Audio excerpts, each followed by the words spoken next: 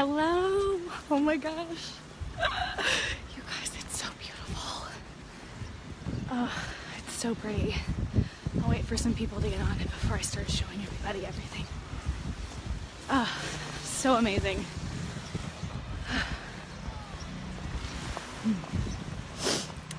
This is the prettiest day. I just die for days like these.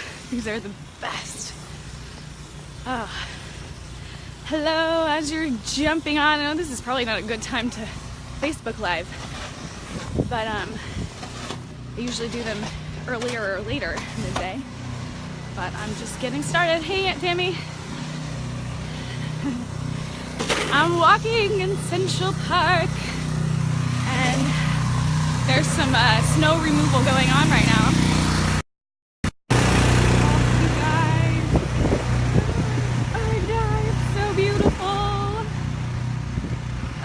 This is the best place to live in the whole wide world.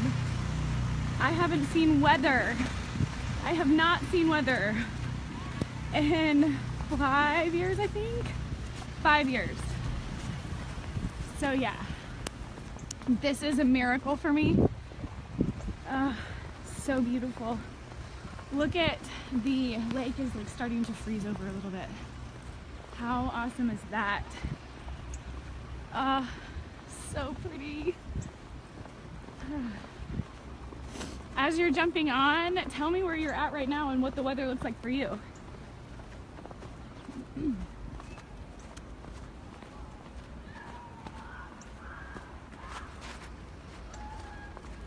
Oh, so pretty.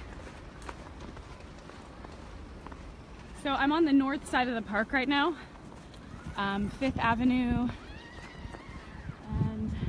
I don't know what road that is. I'm really bad with where I'm at usually. Oh, Central Park North, I guess. That makes sense. That's where the subway dropped me off. I'm 6 blocks away from here, from this exact location, so I've walked through here quite a lot. The north side of the park is just stunning. Rain and wind here, Oregon. That sounds miserable. I'm actually headed to take pictures, and I was contemplating doing this Facebook Live after, because my hair is gonna get all wet, I'm sure, and whatever, but I'll just keep you guys with me while I'm setting everything up.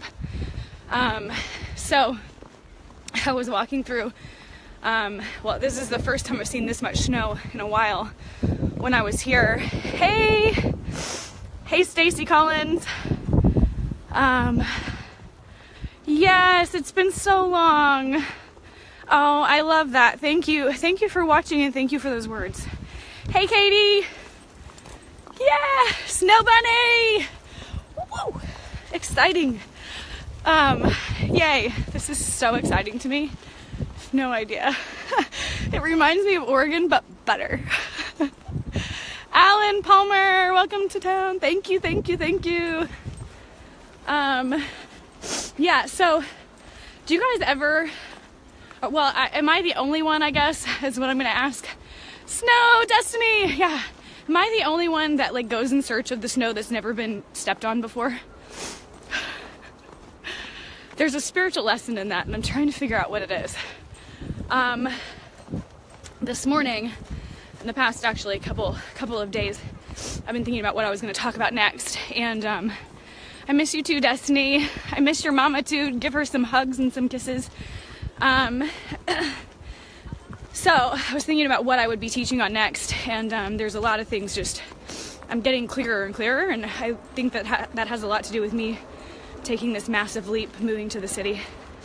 But things are just downloading and streaming, which is kind of exciting. And I don't really know sometimes exactly what I'm going to talk about when I get on here. But let's see if it comes. Self-study. That was kind of what was on my heart this morning. So in yoga, a lot of what we do is introspection and really, figuring out, is that useful? Is that necessary? Is that kind? Is that the right decision? Is that thought truth or not. And then, hey Emily Brummond. Hello, Strengths Guru. How are you? And so there's been about 5 years of me doing a ton of self-study. And that started out really taking off the big edges of my life and shaving those down. And I think probably last year, I kind of thought I had arrived, which was wrong. That's not true. I stopped practicing, and one second, I'm trying to figure out where I guess I'm gonna just go on the street. I stopped practicing yoga. I still practiced the spiritual mindset, noticing of your thoughts, but like the asana practice wasn't there. And after a while, if you don't do anything, because I was using yoga a lot while I was training for my marathon, but yoga mentality, yoga philosophy, to get rid of some of the same scar tissue. But after I ran the marathon, I stopped doing everything. I literally stopped. I just laid on the couch. My body's starting to fall apart, and so I'm happy to be back at it. But what I'm noticing is all of the things that I've refined and cut out of my life and really started to embody about living a happier, healthier mindset kind of life that's way more positive, way more kind, way more compassionate. That's there. But there are still these little things now after 5 years, and it's a lifetime that you work on this stuff, but maybe multiple lifetimes. But now there's little things that I've got to learn to break and to let go of. And I was telling a friend the other day, I feel like I'm sort of floating in a hot air balloon. I moved to this city, ripped out all my roots, every root that I had, except maybe Isagenix and my friends, but I ripped out all of my roots, and I planted myself here in the city, and I'm not grounded at all.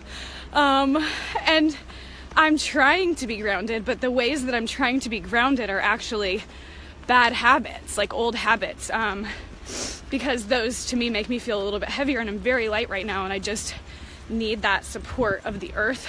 I actually went with my friend Radia to look at an apartment at the top of a building. It was like right on the East River, 32nd floor, 31st floor, something like that.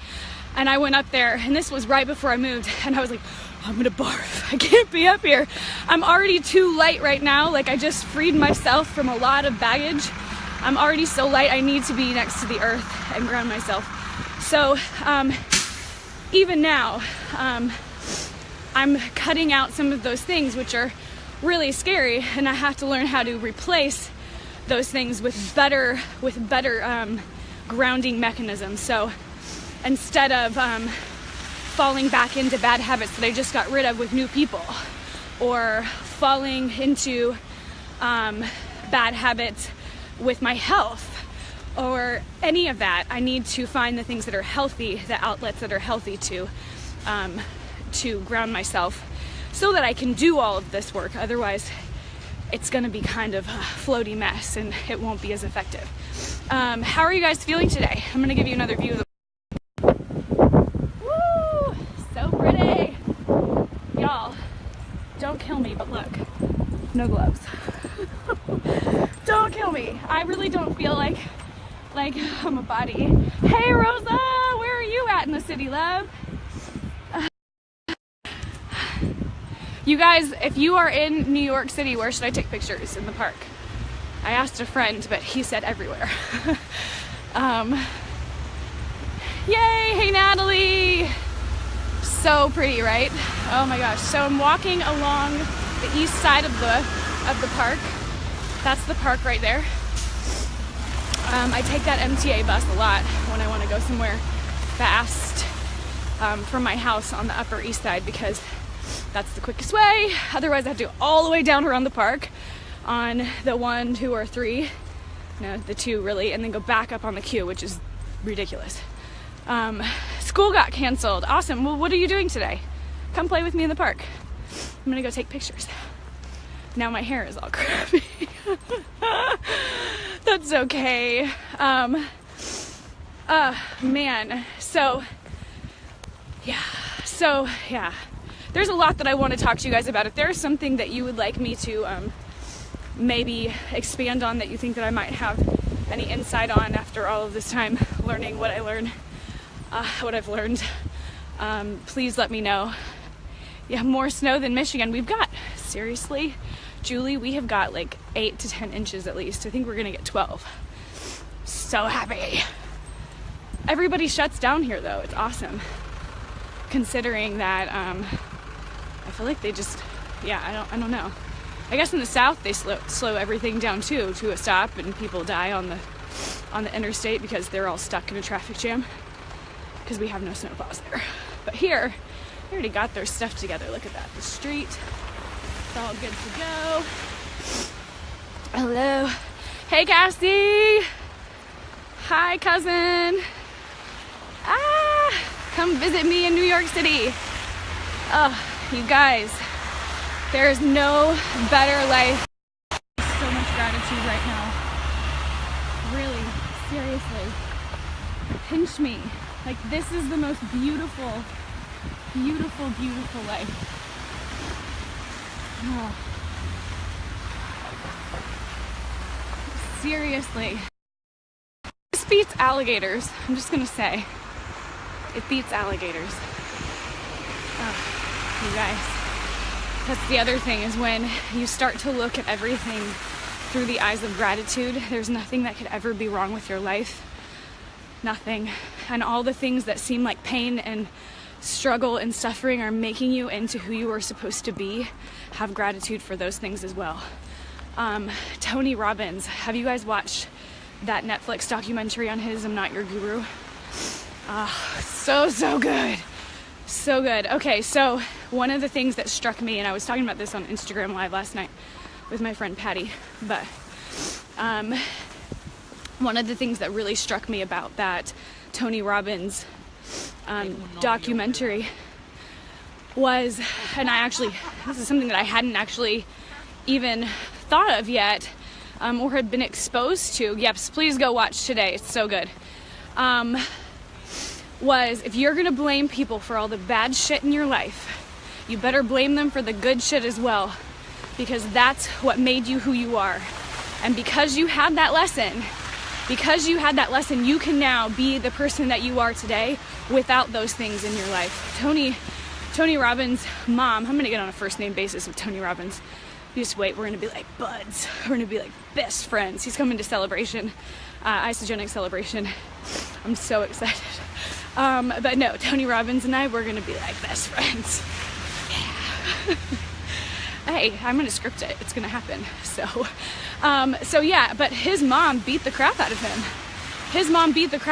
And he said, she loved me and she beat the shit out of me. And he's like, and if I wouldn't have been exposed to that, I would have had no idea how to treat and value and love my wife to the capacity she deserved. And that, he's like, so it was a blessing and I am so grateful for her. And I can say the same exact thing, you know. My childhood wasn't easy. My dad had struggles. You know, it's like, I was telling my mom yesterday that the second he died, I feel like it was a miracle, but I was released from all the pain that was there. And I only saw the amazing things that he was and all the amazing things that he brought to this world. I didn't see the demons anymore. I mean, I saw them, but the pain was gone. Like, I was liberated from all the pain. And all I could see was gratitude, and all I could see was thank God he was my dad, because I wouldn't be who I am without him. And I could sit here and get bitter, you know, about all of the painful things that happened. But I guarantee you I would be far less effective right now if I would have had the best dad in the world. I did have the best dad in the world, but like, if he wouldn't have had struggle and pain. One second, I'm gonna wipe this off. Can't tell. Hey, Katie. Hey, Lori. So yeah, So getting grateful in every single situation for all the things, for everything, because it's shaping you into who you are right now. And if you didn't have those things, if you didn't have those hard people, those people that were a splinter in your side or did things to hurt you, and by the way, things aren't being done to you, they're being done for you. So I'll just say that again, they're not being done to you, they're being done for you. So every single lesson is a lesson to grow and expand and become who you're supposed to be in this world. And that starts with freaking gratitude. I've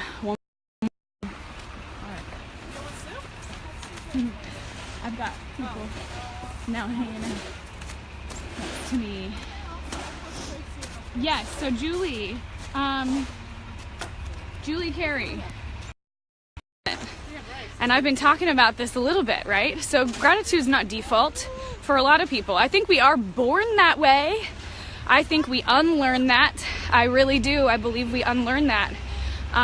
Gratitude comes naturally when you practice it. And that goes from, okay, I hear what Danielle's saying. I've been hearing this word gratitude. Okay, now I'm going to put it into practice and start practicing it on the daily and noticing when you don't have gratitude, and then start being like, you know what, I love that. Thank you, I love you, person. Thank you for that pain that you just gave me.